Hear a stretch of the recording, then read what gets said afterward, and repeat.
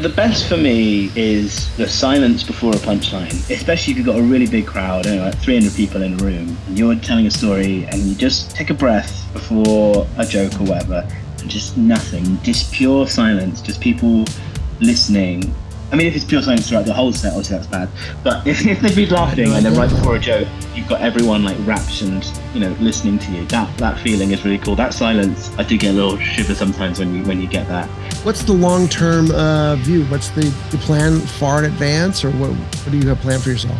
It used to be very clear. There used to be a very clear ladder of stand-up comedy, and you do the Edinburgh Fringe, and you get producers in, and you get reviewers in, and you build your profile, maybe get a few radio slots, and then maybe you'll get your first TV slot. My ultimate goal is to cultivate a following in that respect. That's my goal right now, and then when I get to that, maybe I'll look a bit more ambitiously and starry-eyed.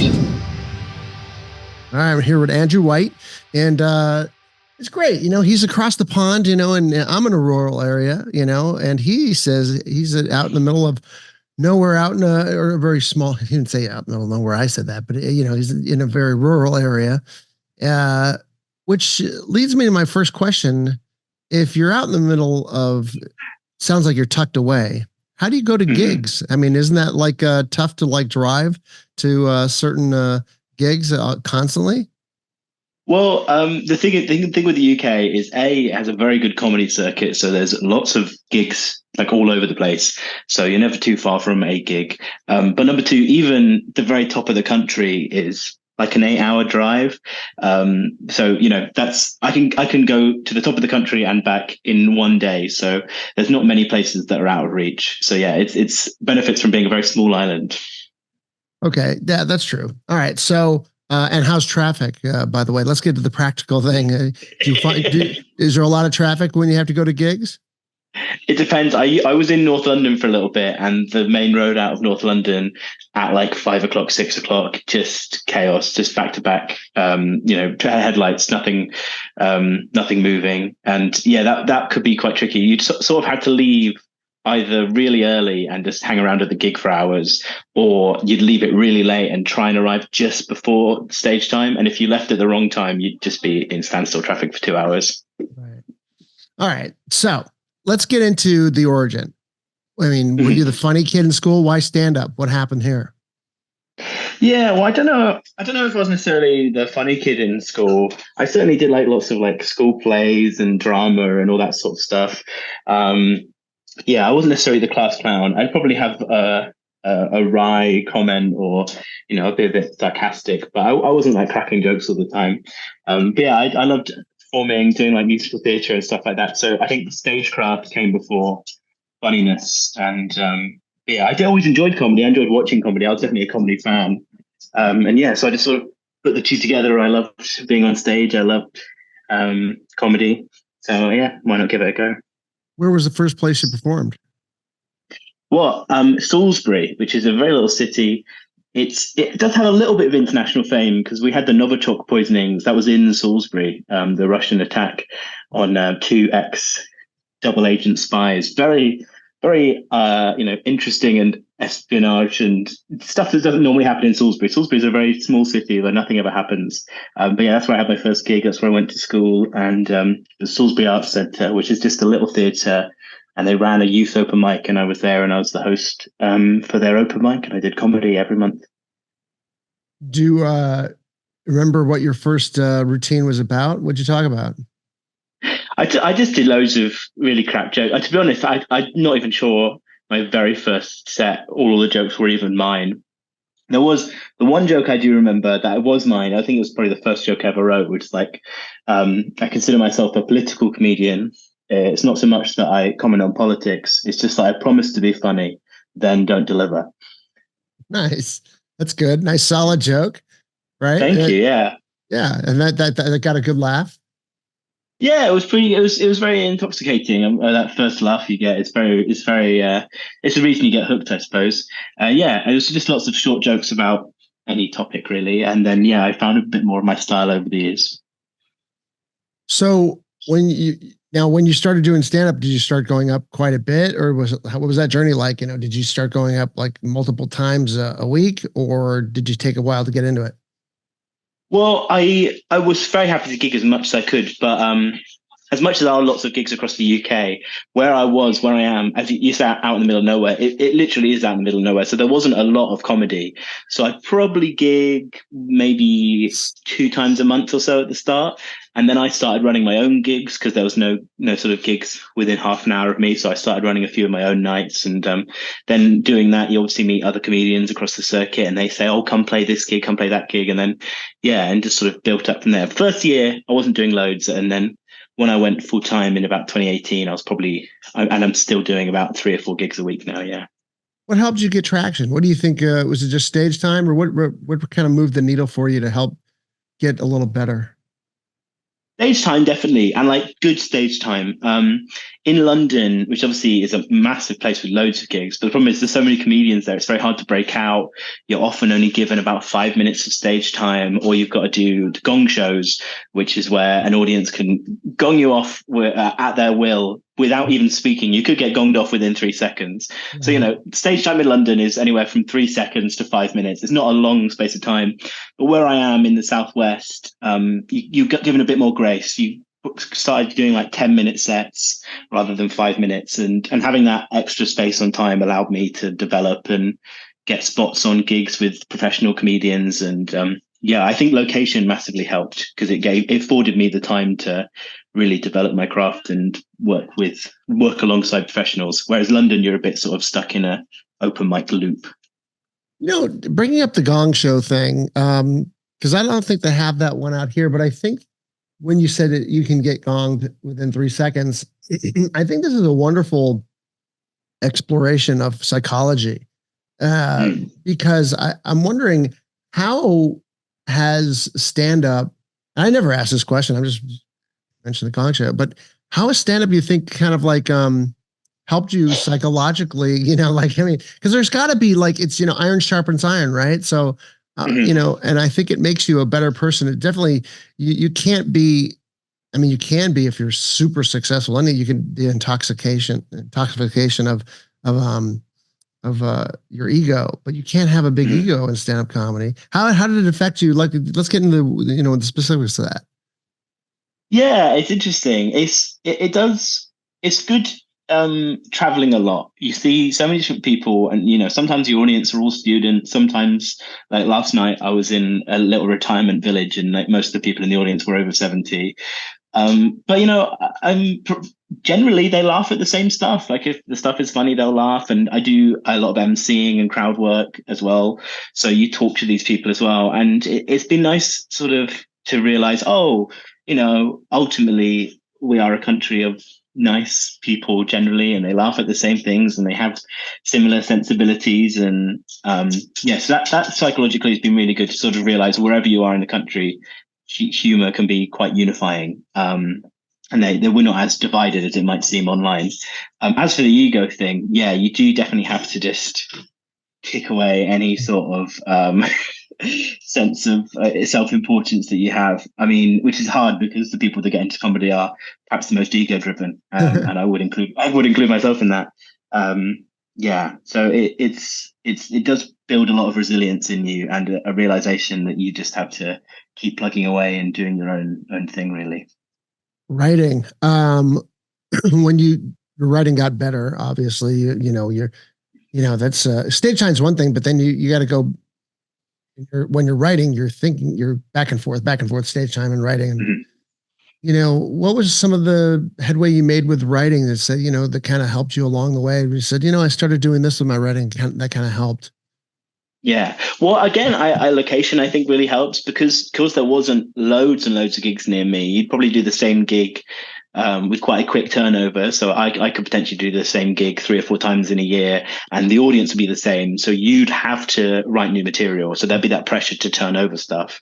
And then the other thing, which is really good about the UK circuit, and actually more and more Americans and Australians are coming and doing it, the Edinburgh Fringe, which every August, there's a whole festival and you do an hour-long show, and then it ends, and then you start again, and you just keep turning over hours every year. And I got into the Fringe before I really started getting into the circuit. So that sort of discipline of turning over an hour I did that very early on. And I think, yeah, writing and keeping turning over material, the more you turn over material, the more gold you'll find, the more bulletproof your club set will be. And yeah, the more audience you can sort of keep playing to and returning to. Yeah, so the writing was definitely benefited by the pressure of having to turn over stuff, whether that was, returning to the gig I'd done before or going back to the Edinburgh Fringe. Some guys, when you've been doing, something for a long time, you get not burnt out, but you try to like, find the value in what you're doing. You say, wow, I've been doing this for so long. You try to find the value in what you're doing. What was, when you go up there sometimes, I mean, I think for me, I've never done stand up so much to where, I've thought about that. It's like, what's the value I'm getting out of this? But I think for me, it would be, what can I learn from, how can my mind grow from this circumstance? Because whenever you have to do, everything's always conceptualized easy in the beginning. It's like, oh yeah, that'd be great to have gig all the time and do all that. But after a while, you're performing it unconscious sometimes, right? Because you're doing it so much. So have you thought about that? Do you ever get that, in your head like that and say, what, or what's the big message of why, I want to make people laugh, but is there more, Yeah, for sure. And it definitely goes in cycles. I can probably plot my year on a sort of emotional trajectory, which is very highly linked to my comedy year as well. So, normally you come back from the Fringe. So Fringe is all of August, and then September, October, you're really sharp. You've been honing this stuff every single day over August, and over that 1 month, you probably do at least 50, some people do 100 plus gigs, and you just come back to the clubs and it's like, oh, wow. Not only are these audiences, so club audiences are much more engaged than a Fringe audience. They're more likely to laugh and have a good time. Fringe audiences are a little bit thinky, like it's a festival of not just comedy, it's plays and stuff as well. So there's lots of like theatrical people. So September, October, November, and sort of dipping into December a little bit, you have this sharpness and you really loving comedy and you just feel on top of the world. But then, yeah, January, February, you just start to get really tired of your stuff.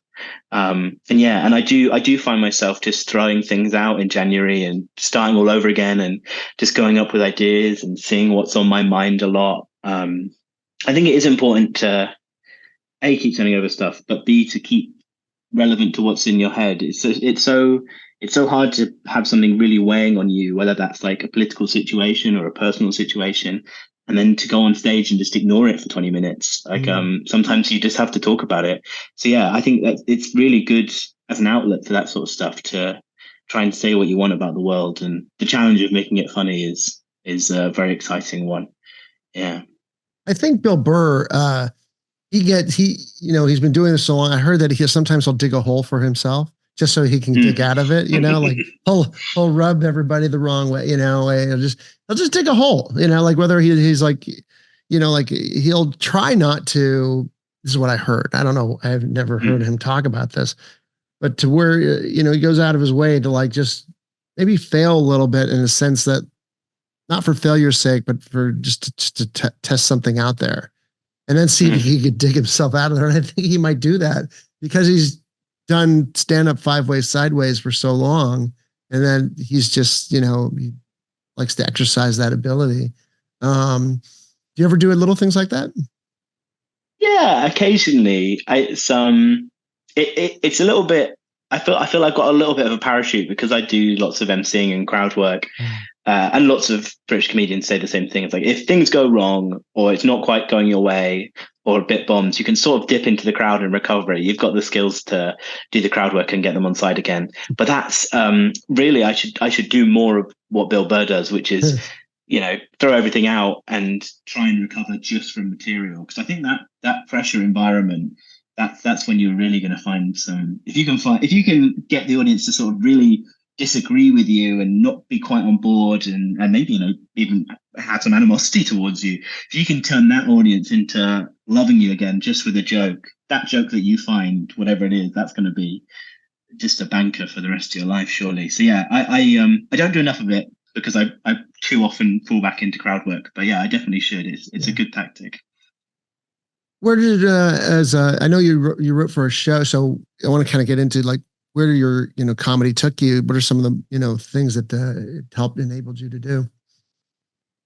Yeah, well, it's very weird. The American UK comedy model is very, very different. There's a lot of writing opportunities in America, and like you can have a career as a comedy writer, doing SNL or being in the writing rooms for sitcoms and stuff. The UK doesn't have that. We don't have writing rooms for sitcoms. They're normally like solo endeavors, and so writing is really an extra thing you do to supplement your stand up, which is a shame really, because I think there's a few comedians, not to name any names or disparage anyone, but there's a few comedians who you can see are very fantastic writers and they're not very good performers.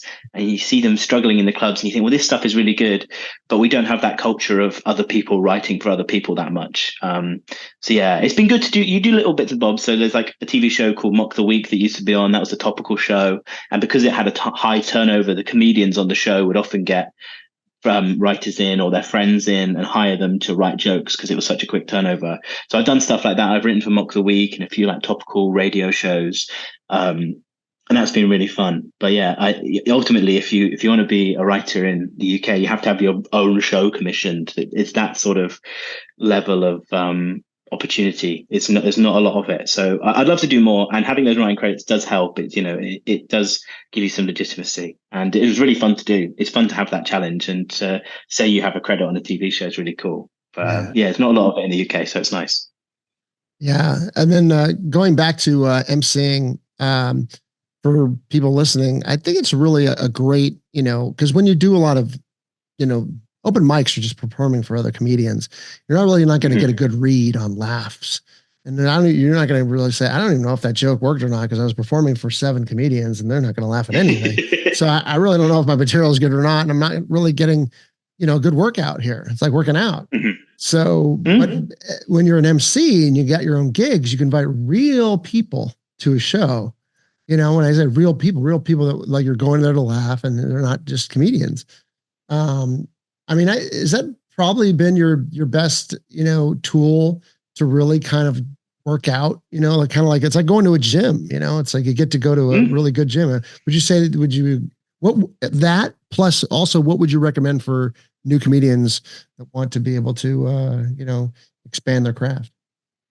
Yeah, definitely having real people and varied people. Again, not to keep harping on about the benefits of living in the Southwest and being a bit more rural, but you would only perform to people who they come out and it's the only thing happening in their village that month, and so they really want a good night out because you're the only thing coming through town that month.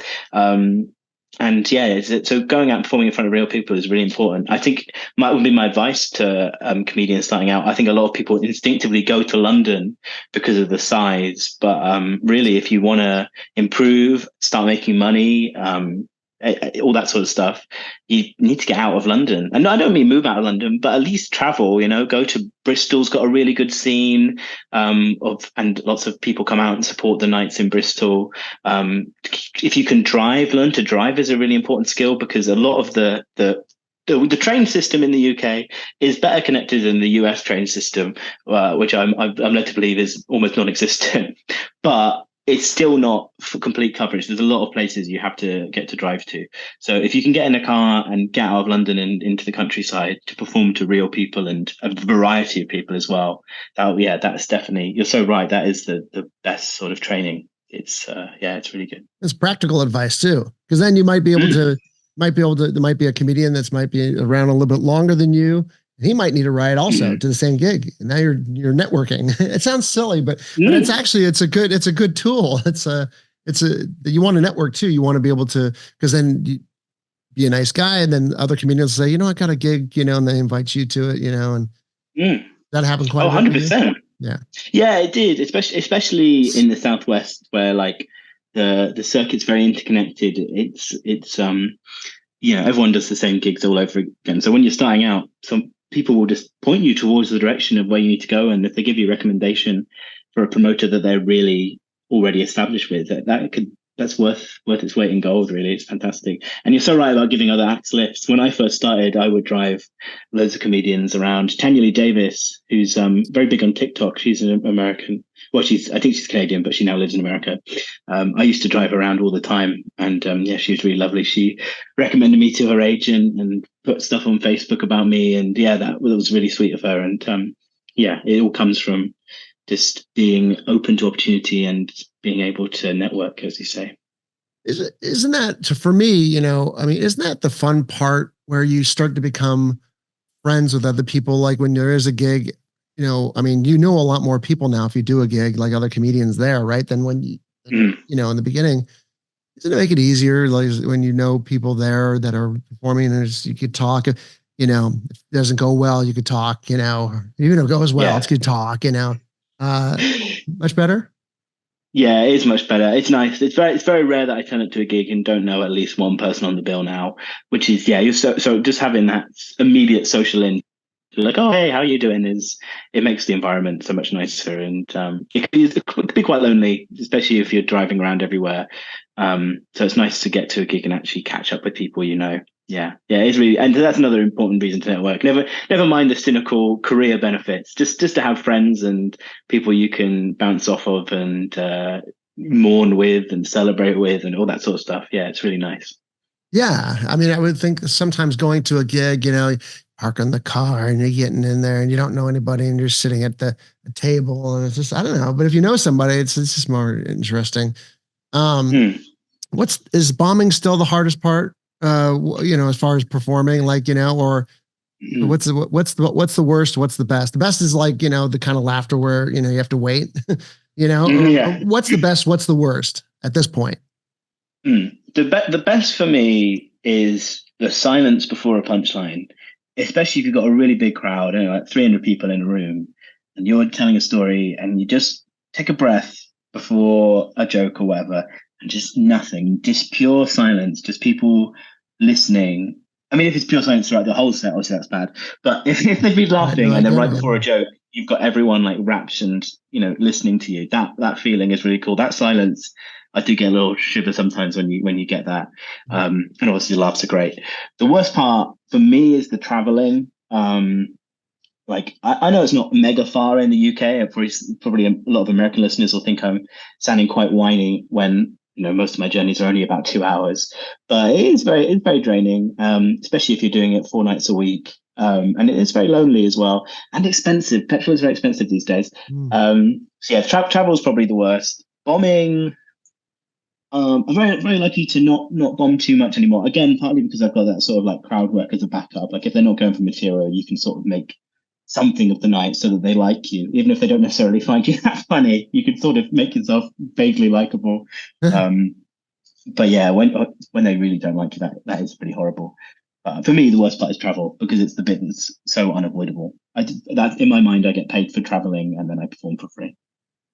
Right, and that's to me like it's tough because if you want a family and a successful comedian, if they're successful, they're going from the big portion of their career is planes and hotels. If you're like a really successful, so that's a tough. If you're not into planes and hotels, you probably shouldn't be a comedian. Yeah, 100%. Although I think maybe more and more now you can be a bit more choosy with what you want to do. Like if you get to a big enough level, as long as you have some sort of outlet and output, whether that's a podcast or like a special or clips online, I think you can. It used to be, I think you had to really like, as you say, planes, hotels to stay out every night. I think now more and more you are seeing comedians with much shorter tours who only do like a select 20 venues so that they can have more time at home. Yeah, I think when I get to that level, if I get to that level, that is what I'd want to do. I'd probably be a bit more selective with tour dates and just spend some more time at home and working on other projects. Yeah, it's kind of weird. You do comedy so hard and you love it so much, and then your ultimate goal in comedy becomes wanting to turn down gigs. You want to be successful enough to turn down opportunities. Having wanted to take every opportunity before, I'm now at the point where I would like to be able to say no to some gigs and certain traveling distances and stuff. Where are you at? You're in your career right now as a whole. What's going on with you? I'm pretty happy. I'm at a pretty good level. The UK is rare in that it's pretty much the only country where you can make a livable career without having much profile. Um, there's a good circuit of comedy clubs that they pay based on skill, not necessarily profile. Obviously, bigger slots like certain headline slots and stuff, they probably want a bit of TV credits and stuff. But you can still do the support slots, and it pays enough that I can. Well, I'm living off it. I'm a professional comedian. I'm very, very happy with that. I'm at a point now where I've been established enough on the circuit that I can gig as much as I need to live, and then I'm just trying to take off some other projects, whether that's a podcast or trying to get my social media in order. That seems like a big necessity. Right. So I'm at the sort of like, where now stage of my career? What do I do next? What do I focus on? It seems like with anything, it could be business, but just stand up as well. It's like social media is like, that's part of your job now. Mm-hmm. And it's tough. It is, yeah. So I mean, it's got a whole way to kind of work it out. So it's like, now it's like performing, it's writing, and now I got to spend, a couple hours on social media because that's your marketing. And that's just a way of life for now. What's the long-term view? What's the 30,000 foot, for your career? Like what's the ultimate, you plan far in advance, or what do you have planned for yourself? I used to be very clear. There used to be a very clear ladder of stand-up comedy, and you do the Edinburgh Fringe, and you get producers in, and you get reviewers in, and you build your profile, maybe get a few radio slots, and then maybe you'll get your first TV slot. And there was a very clear this, then this, then this, and this, and that's just all out the window now. Partly because social media is so dominant, partly because the British TV companies aren't making that much anymore. There's not a lot of money in TV, not a lot of viewership in TV. It used to be like the stand-up comedy show over here is Live at the Apollo. If you had a really good set on Live at the Apollo, you could sell out a tour the next day. That was your career made. Millions of people would watch that, and you would have a successful career just off the back of one episode. Now, people at Live at the Apollo credits sometimes struggle to sell like 100 tickets in some venues. It's not what it used to be. And no discredit to them. They're fantastic comedians, and the show is a really important staple, but that's not what the industry is anymore. It's hard to plan ahead because I don't know what the future is. My ultimate goal is to tour to my own audience and just do dates of people who are my fans and cultivate a following in that respect. That's my goal right now. And then when I get to that, maybe I'll look a bit more ambitiously and starry-eyed. What's your next gig? My next gig, I've actually got a few weeks off now. I really hammered through December and like lots of office parties and stuff. December's can be quite hard in the UK.